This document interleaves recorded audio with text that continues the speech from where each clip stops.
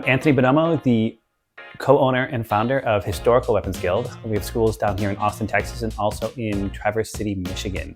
I've been doing HEMA for about 10 years, doing a little bit of everything, focusing on longsword, sword and buckler, digging a little bit into messer, dussac, and rapier. We had started as part of the Southern Historical Fencing League. I'd been doing HEMA maybe 2 years, been in charge of the school roughly 6 months, if that. Basically, I was told, hey, you're in Austin, you're in the far corner of the league, you should host an event for us. So I did, and it was terrible. Since then, I've refined a lot, changed a lot of what the focus is, what the goals of the event are, and kind of made it its current iteration. I believe we are on year 8 right now of this event, and we've been doing it in this venue, in this style of camping overnight for 4 or 5 of those years. My favorite thing about this tournament is that it is a slumber party, right? Having people come, hang out, spend the night, they don't have to go anywhere, being able to create an event that I want to go to that I think is missing a lot of HEMA events, at least nationally, where you have to go to the event and buy tickets and get your own food and travel to places and find a place to stay. So we're able to take that pressure out of traveling to a tournament. When I first started this event, as I mentioned, it was very much people told me to do this thing, I guess I'll give it a shot. It's going to be hilarious and strange and weird, hence the name. And over that time, my school has grown, my connection to the community has grown, my national presence has grown. For instance, being able to bring a half dozen of teachers from across the country in to judge and compete and kind of demonstrate their art for the students here, but also showcase what we do to them and be able to share that output to the community outside of there. So my focus has shifted from focusing on what event do I want from a competitor's point of view, like how do I think the rules should be different and changing these things, to focusing on creating a community-based event of how do I get people in the space having fun, how do I get people interacting and sharing ideas and exchanging swords with each other.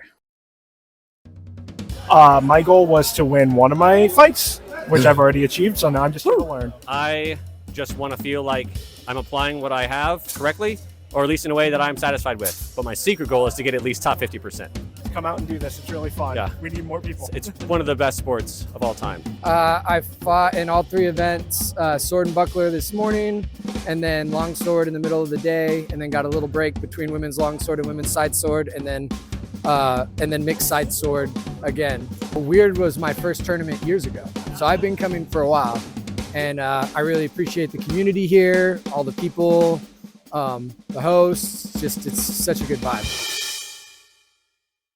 I am a dancer at heart, and I always have been, and that is something that is at the root of who I am, a creator and an artist. And paired with that, I love to facilitate other people finding their voice, whatever that means, as a mover, whether that's dance or historical dance or swords, just helping people feel empowered.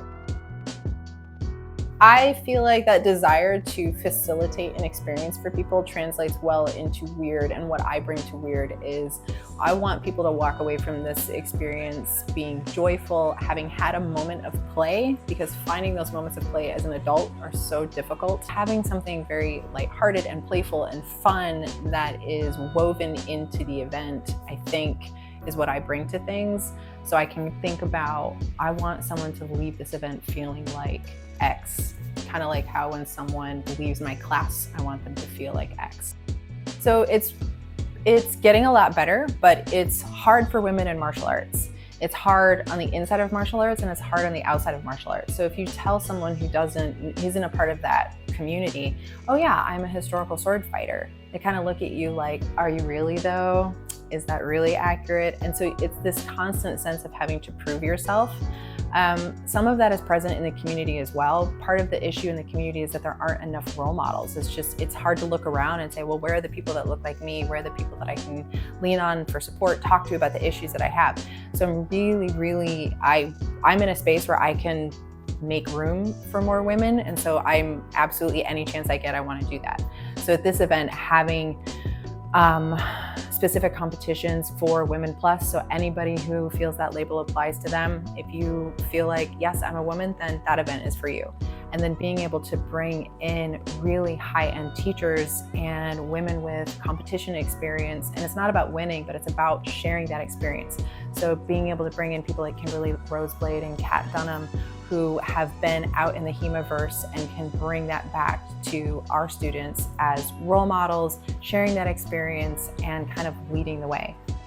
This is not a sort of like blood and guts sword competition. People come here and they fight hard and they fight with honor and they have trained and they have gotten themselves to this point. But what I love about Weird is that that's not the emphasis.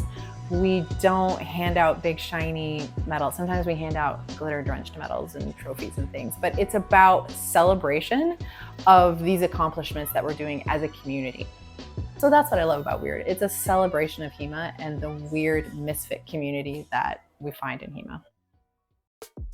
Started the day with sword and buckler. That went great. Moved on to I'm getting it mixed. Women's longsword and then main longsword, not in that order, and then side sword. Women's side sword, and now I'm at open side sword. Anytime you get a hit, they check, are you okay? They're also like, if they get hit, you're like, you did awesome, I did awesome. Like, it's very supportive, but not in an over top way. It feels super friendly. I don't tend to socialize a lot, but here I feel like I'm able to. I'm approached someone I've never met before and I feel super comfortable talking to them, and that's a superpower I don't have outside of here. It's fun. It's fantastic. I like that it's not too big and it's, we're all in one open space. I've been in tournaments where there's a lot of rooms and stuff and there's a lot of pockets, and I like this more open arena. Joe Calistro, aka the Duchess. I'm not going to explain the nickname.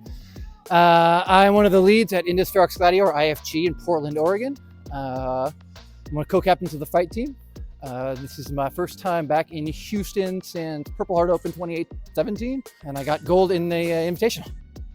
First Weird, but Anthony and I have been buddies for a couple of events.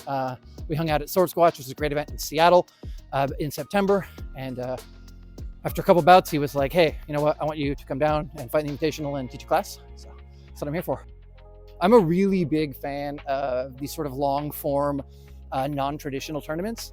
I find that especially when you get to a sort of a certain intensity level, like a long sword or sword and buckler, things can get kind of spicy in longer exchange matches if you're going to 9 points, etc.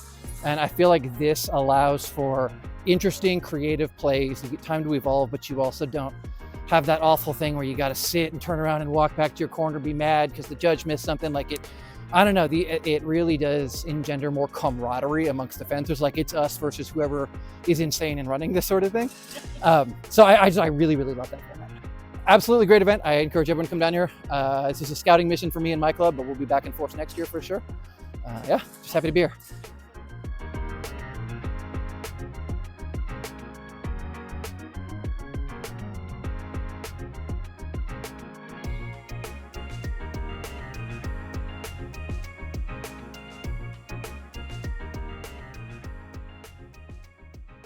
On blue, Steven on purple.